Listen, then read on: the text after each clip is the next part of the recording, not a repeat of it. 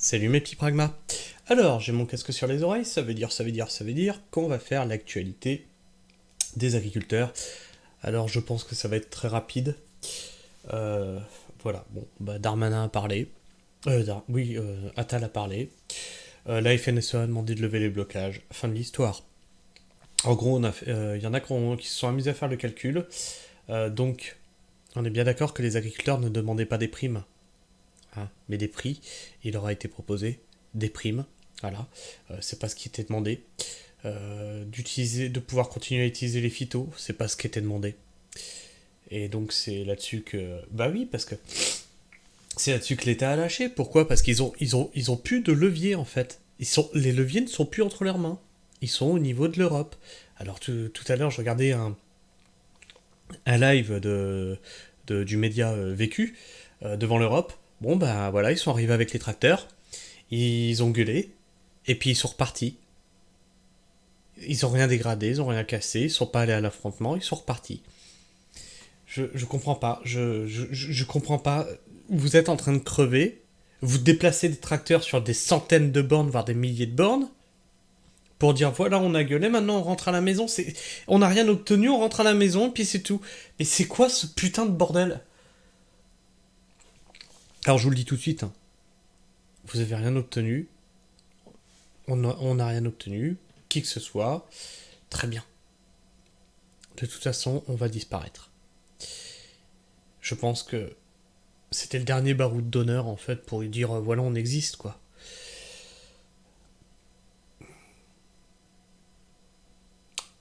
Je vous avais déjà dit que j'étais pessimiste. Vraiment là, bon courage les gens. Vraiment bon courage. Aujourd'hui, c'est les agriculteurs qui se sont fait pas massacrer à coups de matraque, et encore que, on pourra en parler. C'est les agriculteurs qu'on envoie à la tombe. Demain, ça sera vous. Alors dans cette histoire, le consommateur, de toute façon, il avait rien à perdre, lui. Hein. Pourquoi il avait rien à perdre? Parce que de toute façon, que l'agriculteur français soit là ou pas, vous trouverez de la bouffe en rayon. Oui, on importe. On en importe, vous trouverez de la bouffe en rayon. Il n'y a pas de problème pour ça. J'ai hâte de voir comment va se passer le prochain Covid. Oh oui, j'ai hâte. J'ai hâte de voir les gens paniquer parce qu'il n'y a plus d'importation de fruits et légumes des pays étrangers. Ça risque d'être rigolo à voir. Mais bon. Peut-être que la révolte continuera dans les provinces, parce que je sais que ça continue à bloquer les centrales d'achat des supermarchés. Pour combien de temps? Je sais pas. Je sais pas. Je pensais les agriculteurs bien plus soudés que ça entre eux. Finalement, ça a fait pchit. Enfin bref. On va faire le tour de tout ça. Je vous cache pas ma déception. Je vous cache pas. Je vous l'ai toujours dit, de toute façon, je suis pessimiste. Je n'ai plus foi en l'avenir, je n'ai plus foi en l'humain. Tout est en train de partir en couille et tout le monde ne pense qu'à sa gueule. Profitez, profitez. Vous savez, comme la cigale et la fourmi. Profitez. Dansez, dansez. Je pleure pas, hein, c'est juste que j'ai le nez pris. Hein. Voilà, le combat est fini. Bravo. On n'a rien obtenu et on va aller mourir tranquillement. C'est beau. Donc ça, c'est de Grégory, un petit pragma qui me propose pas mal de choses sur Twitter. Vous pouvez me rejoindre sur Twitter.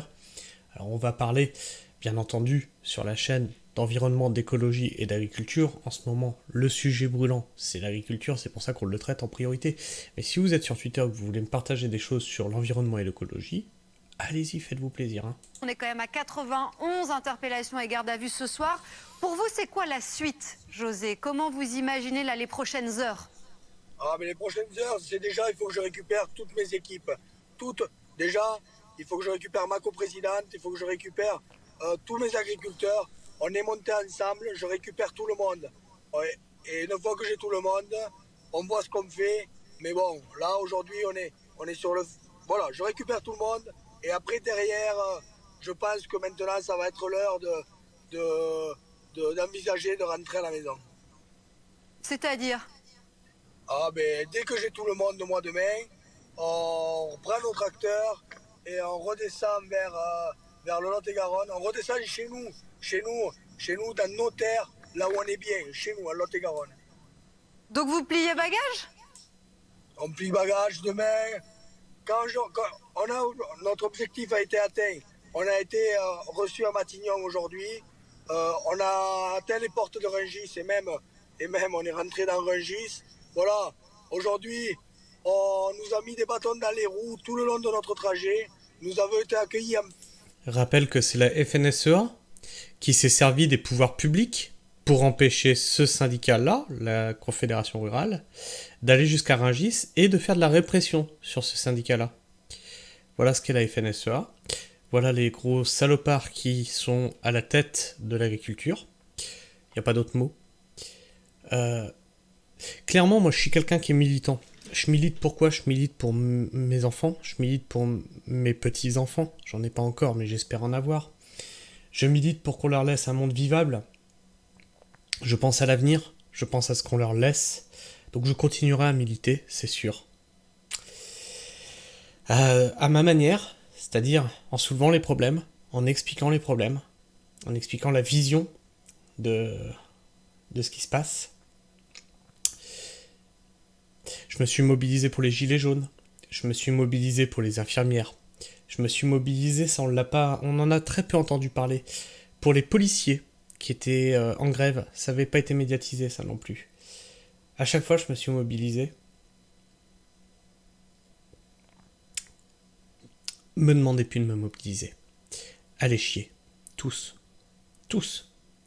Vous pensez qu'à vos gueules. J'en ai marre de perdre mon temps. Pour un résultat qui fait à chaque fois pchit. Permanence par des escadrons de gendarmerie. Nous, on n'est pas là pour se battre. On n'est pas là, on est des agriculteurs, on travaille avec la gendarmerie, on travaille avec la police.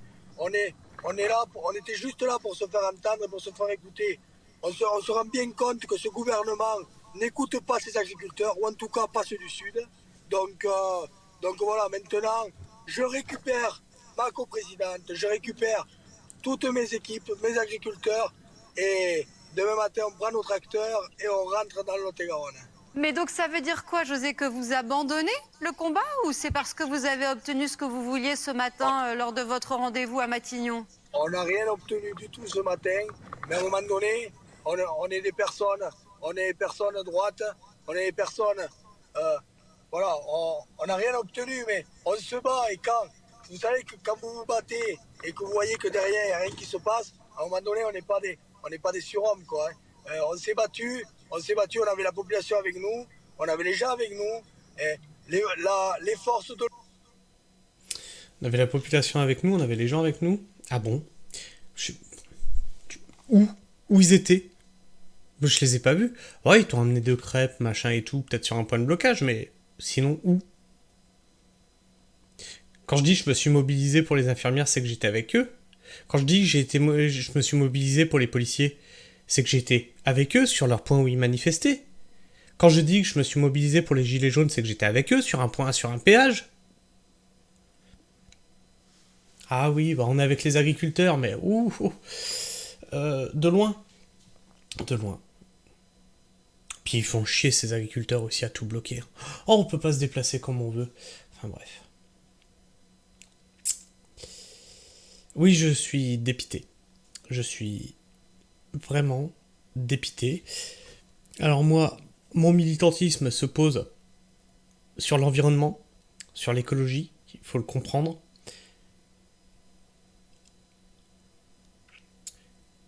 Sur une vision d'avenir, parce que si on n'entretient pas tout ça, ce qui n'est pas le cas, ce qui a été décidé aujourd'hui prouve bien qu'on va pas dans ce sens-là. Si on n'entretient pas tout ça, on est foutu.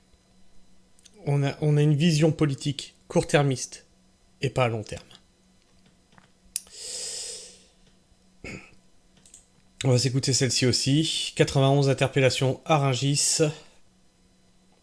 Alors malheureusement non. Contre toute attente, puisque tout droit d'un gardé à vue, c'est de voir son avocat quasiment immédiatement, une fois qu'il a été placé en garde à vue. et que l'avocat puisse avoir accès, alors pas à la procédure évidemment, mais à la notification des droits. Ce soir, je me suis présentée alors que ça faisait déjà 4 heures que ma cliente était en garde à vue et on me dit qu'il est impossible que je sois mise en présence de ma cliente et il est impossible... C'est illégal, ça. Hein. C'est illégal, c'est une avocate, on l'empêche de se mettre en relation avec sa cliente. C'est illégal. Quand je vous disais que c'était des arrestations politiques et une police politique, c'est pas une farce. Et vous allez voir pourquoi ils ont été arrêtés. Parce qu'ils ont filmé le truc, du coup c'est sorti sur Twitter. C'est lunaire. Également de me communiquer le PV de notification des droits. Donc c'est une situation que je ne comprends absolument pas. Totalement injustifiée. C'est-à-dire qu'aujourd'hui, je ne sais même pas si ma cliente est gardée à vue dans un cadre légal. Pour quel motif elle a été interpellée ? Alors, je ne sais pas. C'est la presse qui a communiqué l'information, parce que moi, je n'ai pas pu corroborer cette information. Elle aurait été placée en garde à vue pour dégradation de biens et pour association en vue de dégradation de biens. Voilà. Au vu des faits, est-ce que ce motif est légitime ? Ah, mais je ne sais absolument pas. J'ai eu d'autres sons de cloche de personnes qui m'ont dit que... Bah, comment T'es con ou quoi? Tu lui poses une question, elle te dit j'ai pas vu ma cliente. Elle a pas sa version des faits, elle a qu'un son de cloche. Il n'y a absolument eu aucune dégradation, et notamment des membres de la coordination rurale. J'ai eu communication de vidéos qui montraient absolument aucune dégradation. Donc la première infraction, a priori, ne semble pas vraiment constituée. Et quant à la deuxième, il faut l'intention d'aller détruire quelque chose. Il se peut tout à fait que ma cliente soit rentrée dans un GIS uniquement pour dire qu'elle était là et qu'elle portait des revendications. C'est tout, sans aucun objectif de dégradation. Donc à ce stade, je ne sais pas du tout ce qui se passe. Demain, il y aura a priori, on vient de me dire qu'il y aurait des auditions à partir de 9h, j'en saurai peut-être plus, j'espère. En tout cas, qu'on m'explique pourquoi j'ai pas pu être mis en présence ce soir, pourquoi j'ai pas eu un PV de notification. Alors, mon petit canard, j'aime bien mon petit canard sur cette révolte agricole, on va l'écouter. On va l'écouter parce que ce qu'il dit, c'est pas faux. Alors c'est toujours Grégory qui me partage ces choses-là. Que l'on soit d'accord ou pas avec, force est de constater que ce qu'il dit est factuel. Donc il parle du canard. Hein. Ça y est, les syndicats agricoles ont trahi. Le Monde a révélé que la FNSEA a fait pression sur les gendarmes pour qu'ils bloquent le convoi de tracteurs sur Reims. Ça je voulais partager dans l'onglet communauté, je vous l'ai dit. Que c'était des belles salopes. De peur que le syndicat perde le contrôle sur le mouvement. Ça pendant que le patron de la FNSEA défend le libre-échange car ça permet aux riches de s'enrichir sur l'exportation de céréales, de vin et de produits agro-industriels. Traduction, pour le syndicat, l'agriculture française doit se faire bouffer par la concurrence. Le chef... Ça c'est pareil, c'est des trucs que je vous ai expliqués en long, en large, en travers sur cette chaîne. L'intérêt c'est que les terres soient récupérées par l'agro-industrie et donc pour la compétitivité, on va opposer donc aux pays de l'agriculture industrielle, aux autres pays du monde. C'est une belle vision de l'agriculture, très respectueuse de la nature. Chef de la coordination rurale du Lot-et-Garonne, lui, après une réunion secrète avec Darmanin, appelle à rentrer à la maison. Quant au leader national du syndicat, il a fait son cinéma devant les caméras avant lui aussi de sous-entendre qu'il fallait arrêter les actions. Bref, ceux qui profitent du système à la tête des syndicats veulent que la crise s'arrête et que tout redevienne comme avant. L'ultimatum est alors posé.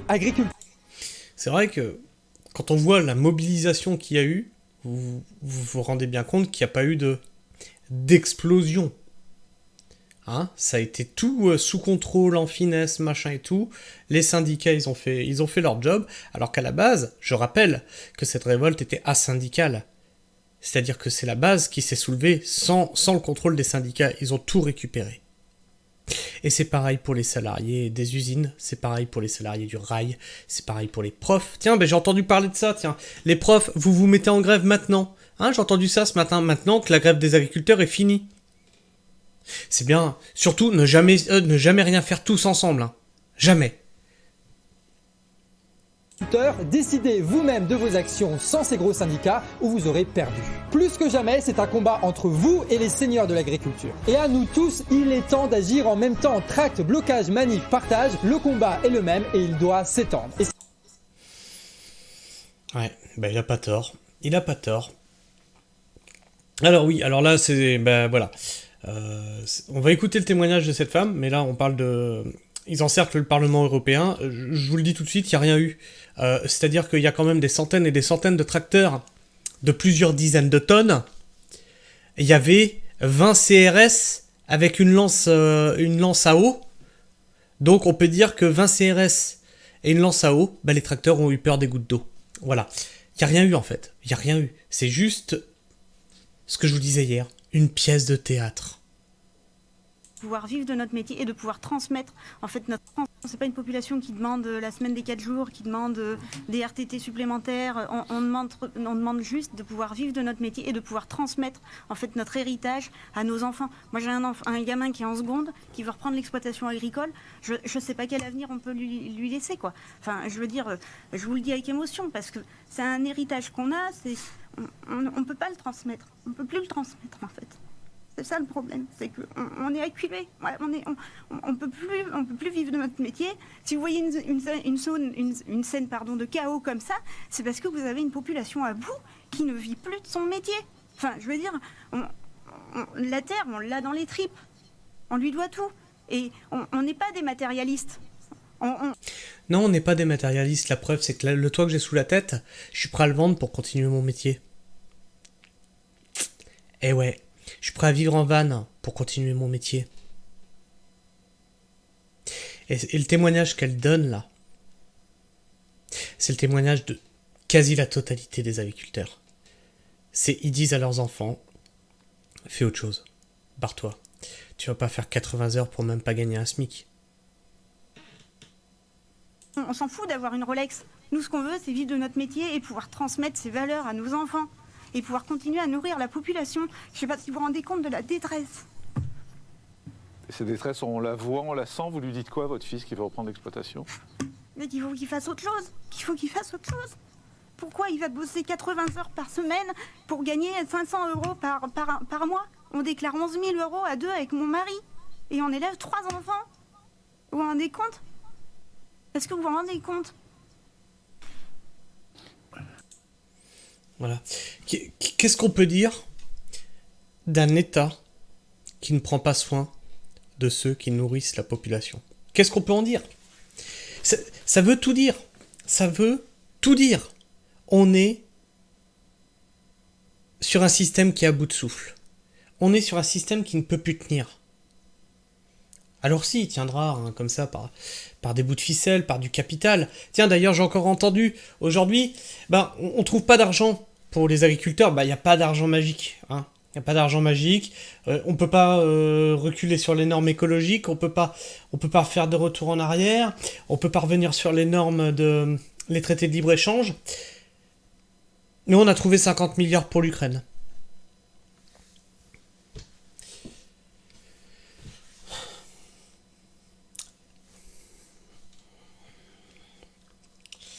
Le double de ce qu'on envoie, de ce que vous envoyez à l'Europe pour la PAC. C'est 25 milliards que vous envoyez pour la PAC en Europe. Il en revient 11 milliards. D'accord? Et là, vous envoyez 50 milliards à l'Ukraine. Heureux? Pendant que vos agriculteurs crèvent. Pendant que vos agriculteurs gagnent même pas de quoi vivre par mois. Même pas un RSA pour des semaines de 80 heures. Alors celle-ci, on va pas la regarder. On l'a déjà traité, ça. Il explique comment utiliser Télépack. Et étrangement, on se retrouve avec des associations, des trucs comme ça, qui touchent des millions de la PAC. Des trucs qui ne sont pas du tout dans le monde agricole, et qui touchent des millions de la PAC. Et donc voilà. Donc vous voulez savoir ce qui s'est passé à Rungis, la dégradation qu'il y a eu. Regardez bien, et vous me dites à quel moment vous voyez une dégradation. Attention, ça va être très rapide. Ça va être très rapide. Il faut bien être attentif sur la dégradation. Attention.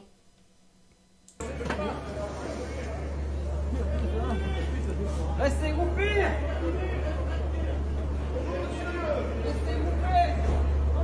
messieurs, dames, s'il vous plaît.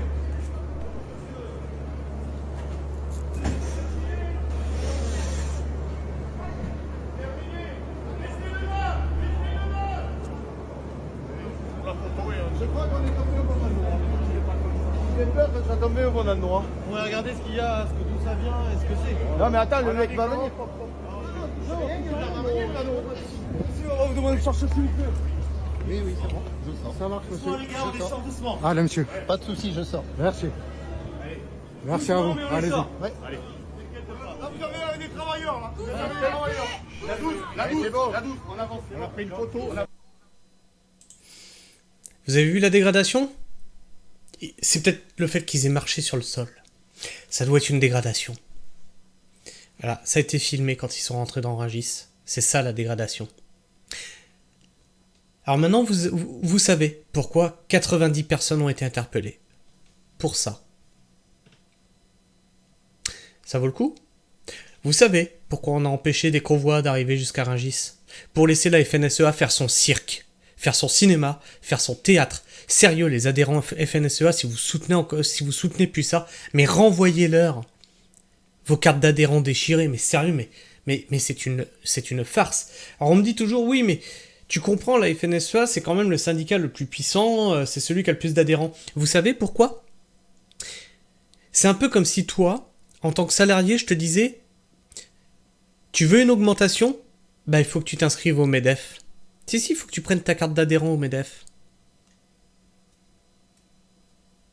Tu veux que tes heures sup soient majorées comme il faut?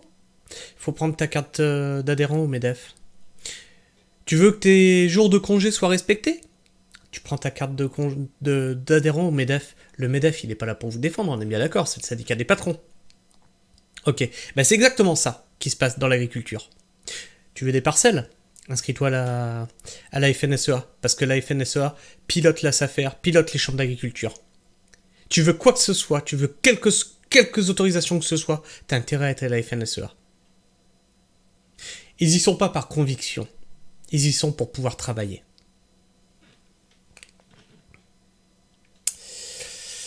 De maths, voilà. Donc ça, pas de prétexte à revenir en arrière sur la transition écologique, réaffirme Béchu.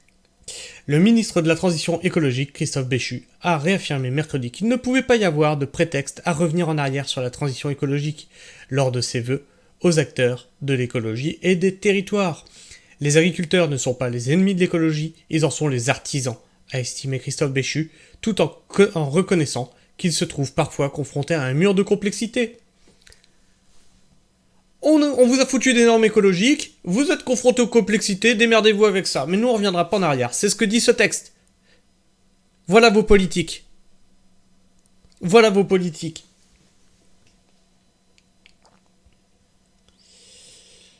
Donc, pareil, Matt, il est dépité. Inutile que je commente. La FNSEA appelle à la levée des blocages. Et je vous ai dit depuis le début de cette mobilisation que la FNSEA faisait tout pour pas que cette révolte continue. Elle a appelé à ne pas manifester. Elle a appelé plusieurs fois à lever les blocages qui ont repris derrière. Et du coup, elle disait « Ah, c'est bon, on a obtenu ce qu'on voulait !» Merde, la base continue à manifester. Non, en fait, on n'est pas d'accord avec ce qu'on a signé finalement. Voilà, c'est une blague. C'est une putain de blague. C'est une putain de blague. Putain, mais pourquoi vous rentrez chez vous, les agris, là? Le mouvement de colère des agriculteurs gagne le Portugal avec des blocages d'autoroutes aujourd'hui au travers du pays. Le mouvement a été lancé en dehors des syndicats. Encore une fois, ça commence toujours en dehors des syndicats, ils vont récupérer tout ça, tout retourner, et puis voilà. Pour dénoncer notamment les prix bas et les faibles revenus du secteur. Pourquoi dans toute l'Europe, bordel? Pourquoi? Parce qu'on est en concurrence avec des pays qui ont... C'est déloyal, c'est déloyal.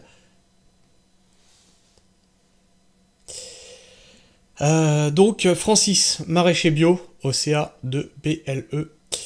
Et voilà, on va encore parler du retour des néonicotinoïdes et autres pesticides, la santé des paysans, des sols et la qualité de l'eau potable aux oubliettes. Alors vous vous rappelez, moi je vous ai fait des propositions de trucs à emmener sur la table, hein, qui vont dans le sens de l'écologie. Bien sûr, ça n'aura jamais été discuté, ça ne va pas dans le sens de la FNSEA.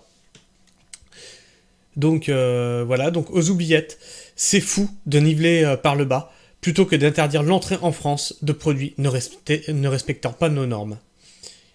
Et donc, bah voilà, agriculteurs, le plan éco-phyto visant à réduire l'usage des pesticides mis en pause, annonce Marc Fesneau. Voilà, donc continue à utiliser des pesticides, continue à utiliser du glyphosate, continue à travailler sur des sols morts, parce que les autres, ils importent des produits qui utilisent ces produits-là. Non, plutôt que d'interdire ces produits de rentrer sur le territoire, eh ben on fait de la merde. On fait la même merde qu'eux. Bravo, c'est exactement ça qu'il fallait faire.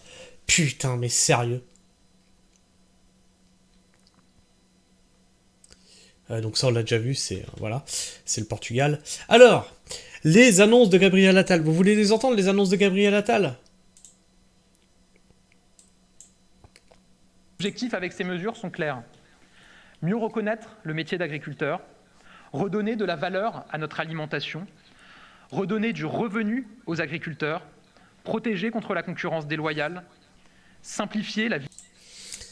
Protéger contre la concurrence déloyale, ça s'appelle sortir des traités de libre-échange. Tu peux pas le faire. Donc ça, c'est que du vent en fait. C'est du vent. C'est du vent. Et la FNSEA, elle a dit d'accord, on lève les blocages. Écoutez bien, c'est du vent de bout en bout, hein. Vraiment. Vie quotidienne des agriculteurs, lutter contre les surtranspositions, assurer l'avenir et préserver notre souveraineté face au changement climatique. Pour chacun de ces objectifs, quels sont les premiers leviers concrets que nous actionnons? Les ministres reviendront ensuite sur tous les détails. Souveraineté face au changement climatique. Je vous rappelle ce qui se passe, hein. On paye des agriculteurs pour fermer leur exploitation, sous prétexte de changement climatique, parce qu'ils font de l'élevage. C'est ce qui va arriver en France.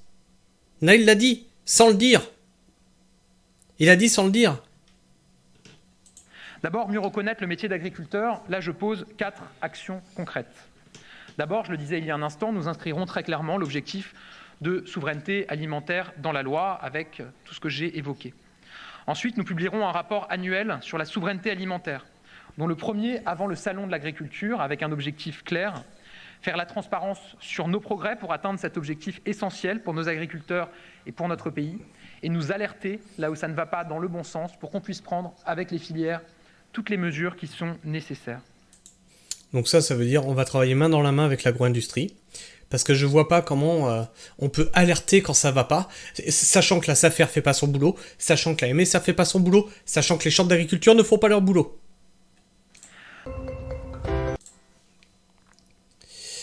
Et donc on va se quitter sur cette news.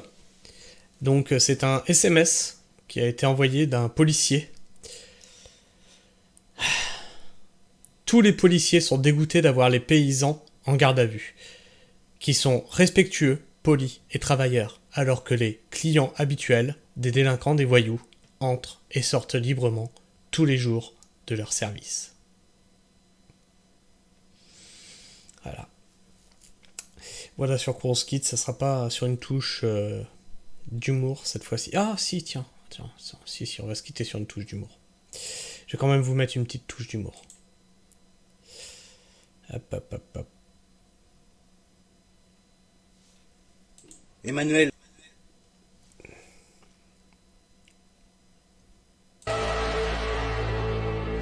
Cela fait maintenant presque une semaine que nous sommes sans nouvelles du petit Emmanuel.